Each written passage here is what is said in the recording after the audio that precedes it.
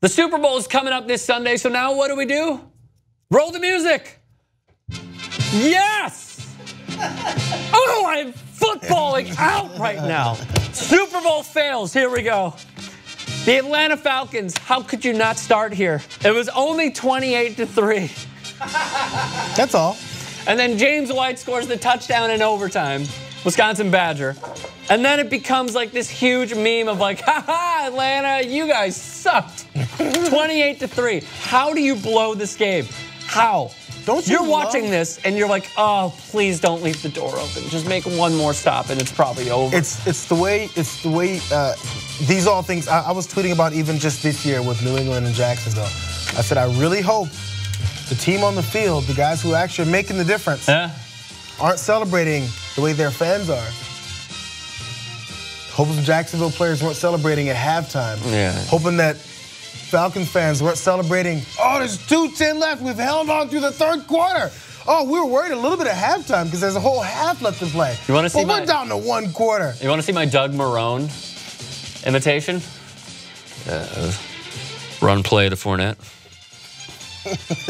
Doug, we got to move the ball. Run play to Fournette. Well, he made sure he put the playbook in front of him. Like I should put that in as a coaching fail, except of course it wasn't the Super Bowl. But my God, Doug Marrone, grow a sack. All right, the next one. We did this previously, we're doing it again. Seattle Seahawks, New England Patriots. Who is the running back for the Seahawks? Beast mode. Who also goes by? Marshawn Lynch. So you're trying to tell me that at the 1 freaking yard line, you don't give it to the guy who's carried the torch for you the entire season at tailback, who is a 240, 230-pound monster that could run over almost anybody? If you give him full speed, which is what running backs have because they're usually 6 to 8 yards behind a quarterback, you're trying to tell me a power I formation, he's not going to run over a guy like Vince Wilfork? He's not going to run over B.J. Raji in his prime? Get out of here. Daryl Bevel, who are you crapping? So like, the thing. Throwing to Ricardo Lockett. I was on that line of thought until I looked into the details and the Seahawks talked about that play. And also, Malcolm Butler talked about that play. It was a foolproof play, except for one guy who had researched enough to jump in front of it. Ernie Adams. It was a touchdown. It was Ernie Adams, who was the researcher for the New England Patriots. But the simplest of touchdowns, it was a perfect scenario for them to jump. Because as we mentioned before, Marshawn was stopped just in the previous play. So like, yes, he was. Let's not pull a Jacksonville and keep running the same play. Let's do something else because we're the Seattle Seahawks. Does this belong in there? Come on. No. More of an accomplishment and less of a fail, man. It was an accomplishment from the New England side. Okay, well, here's where I'm going to then go back to what you're saying. The New England Patriots practiced defending this play because they knew the Seahawks were going to run it. So they were prepared. They said it was more just like one guy. Malcolm was like checking out. He knew what to do. No one else was. His guy was actually Jermaine Kearse on that play, but he read the play because they ran it in practice over and over and over again. Good scouting. All right, what's next? What do we got next? Yes! Oh, this is my favorite. Eugene Robinson of the Atlanta Falcons. Why is he in there? I'm going to give you a little clue before we roll it. Didn't even play in the game. He lost his helmet. Mike Freeman of the New York Times in 1999.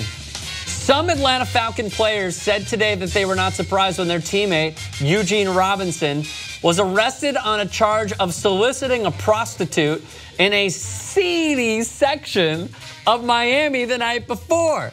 After all, some of them said other Falcons had been there several times for the same purpose, and we're all getting mad at the Minnesota Vikings for going on a cruise ship. The Miami police said Robinson offered an undercover officer $40 for sex on Saturday night. Criminally low, by the way. You're a Super Bowl-bound player. Hey, at least hit triple digits, my friend. That's not her rate. Maybe it was simple. Maybe the officer felt so disrespected that she was like, I got it. Dude, I got it. Well, also, there's the thing. I don't necessarily, I fault him because he got busted. But as they said, other people had already done it. So you the Falcons players. 5 of them probably for the same charge. Yes. Now, the real downside of this, not downside, but the real criminal part of it is You didn't have to go finding prostitutes. Thank you. Go party. Thank you. Go to a club. You're in Miami. Go anywhere else than to freaking Viagra Triangle over there at 3rd and 8th and looking for a prostitute. My God. All right. The other Super Bowl fails involves the Dallas Cowboys. Yes!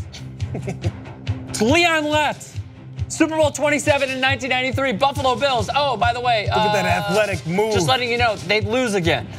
Fumble return for 63 yards until Leon Lett gets Don Beebe'd by Don Beebe. Thank you very much. Leon Lett's like, oh crap, the ball just went loose. Touchback, didn't matter. Because again, the Bills, they can't win a Super Bowl. Oh, and by the way, the Bills can't win a Super Bowl. What's the, do we have the 5th one? Oh no, I put in 5. I was gonna put Scott Norwood, but screw it, we already crapped on them enough. Are any of those unworthy? Leon Lett, who also had other issues with drug addiction and things like that, of that nature near the end of his career and maybe even in retirement, I believe. Yep. Oh, Leon, he was just showboating. You know why? Because he knew they weren't gonna lose. Was it like 52-17, I think, of that Super Bowl? Let's check. Come on. Super Bowl 93. God, that was a kill. That wasn't as much of a kill though as when Doug Williams took on Denver and he threw 4 touchdowns in the second quarter. 52-17. Yeah, there was another ass kicking. It was it the Chargers got their asses kicked? Like 94. The Chargers got their asses kicked as well. I believe by John Elway. Who was it? Humphreys was their quarterback? I'm trying to remember. The Chargers quarterback was something Humphreys. Or no, the guy who's on the broadcast now. I'm forgetting his name. Dan. No, not Fouts. Fouts is from the 80s. Oh, you're talking about earlier. No, yeah, no, I'm talking about the 90s when they got their asses kicked. I thought it was by the Broncos. Could have. No, all right, let us know your thoughts. But anyway, guys. Yeah. Comment section below. Subscribe to TYT Sports. Enjoy the Super Bowl, everybody. Hit me with the music one more time.